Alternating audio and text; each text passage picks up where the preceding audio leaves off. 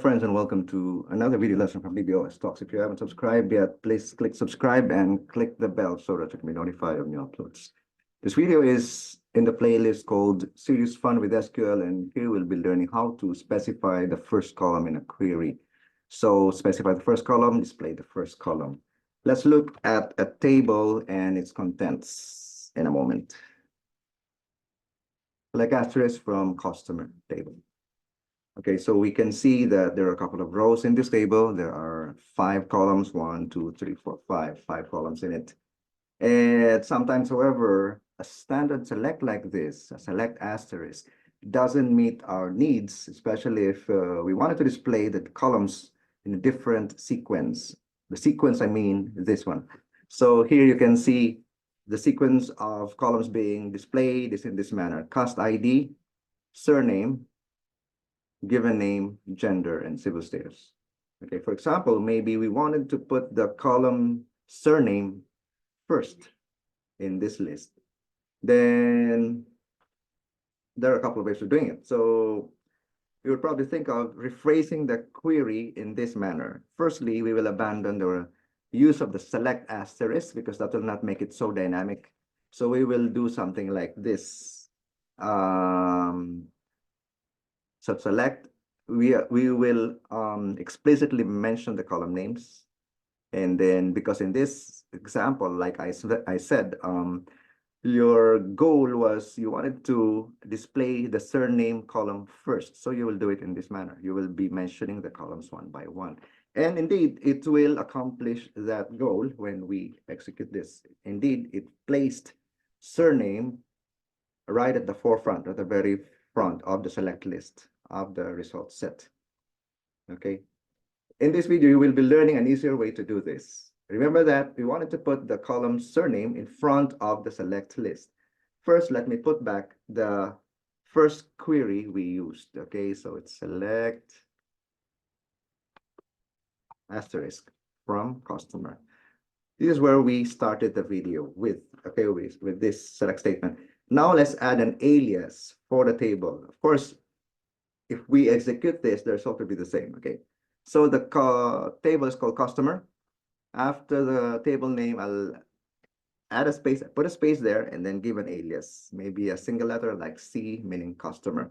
Okay, and if I execute this, like I said, it will give the same results like what we had in the first example, okay? That's expected.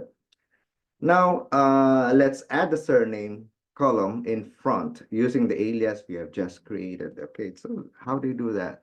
So again, if you can look at the result set here, if you can see that surname is displaced second in the sequence of the columns being displayed. But if you wanted to display surname as the first one, then you will do something like this. So first, remember, we added an alias for the table customer, which is C. The next I'm gonna do is this. I will use the alias to not really prefix, but I will use the alias like this. C dot, sorry. I copied the wrong thing. Select surname. Okay. C dot surname. And then this. Okay, so look out for something new here. So first, we added an alias to the table customer. This is the alias C. It can be any letter. And then on top of that, because we wanted to display surname at the very beginning of the result set, we mentioned it first. Surname is here, but besides doing that, we also use the alias C dot surname. Okay, and then but because we also wanted to display the rest of the columns of the table, then we will use this syntax, C dot asterisk. So the what you notice here is the dot notation kind of syntax. So alias dot column name, comma, here alias dot asterisk, meaning the rest, all the other column names. Okay, let's execute this one. So if we look closely at the result set, it is displaying correctly as expected. We're displaying surname first. That's because of this C dot surname here, which is making use of the alias C. okay? But we also have another, in the select list, we have a C dot asterisk, which is displaying all the columns, which is the asterisk. Okay, so it accomplishes what we wanted to do, which is to display surname at the very beginning of the result set.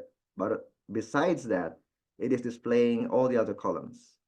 One thing, though, that you will notice here is that when we use this kind of syntax, the inevitable is that the column, in this case, surname, which I have prefixed, if you will, with an alias, is getting repeated. So surname, if you look at the result set, is getting displayed here as well as here. See, if I, yep, that is surname.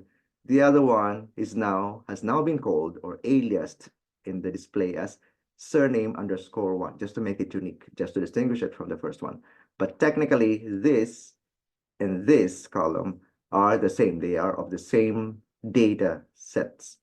Okay, it's just that it's appearing twice because the first time it's appearing is because of the explicit mention of the column name surname here, C dot surname.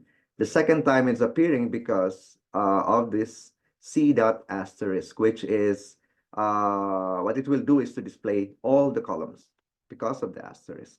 Okay, that's the only caveat or thing to note with the use of this syntax. But this is the usual syntax you would do if you wanted to display a column or columns right at the beginning of a query. In this example, which is quite simplistic, you will not get an appreciation because the table contains only 5 columns, 1, 2, 3, 4, 5. Now it's 6 only because of the aliasing here. But in reality, if you're face to face with a table which has so many columns to the tune of, let's say, 100 columns, then you will find this technique very useful. Because sometimes just because a table has so many columns, sometimes the column which is very, very deep, it could be in the 67th column, and then you want it to display it at the very beginning of the query, such as here, then you will use this technique. But the only thing that you will take note is that that column, if you will use this technique, explicitly mentioning the column and then using as alias dot asterisk notation over here, then that particular column will be appearing twice. That's the only small thing that it's like a trade-off in what you have done. Okay, so that's this video about displaying, specifying a first column or displaying column to be the first in the result set. Thank you for watching and thank you for listening. If you haven't subscribed yet, please click subscribe and I'll be seeing you in the next video.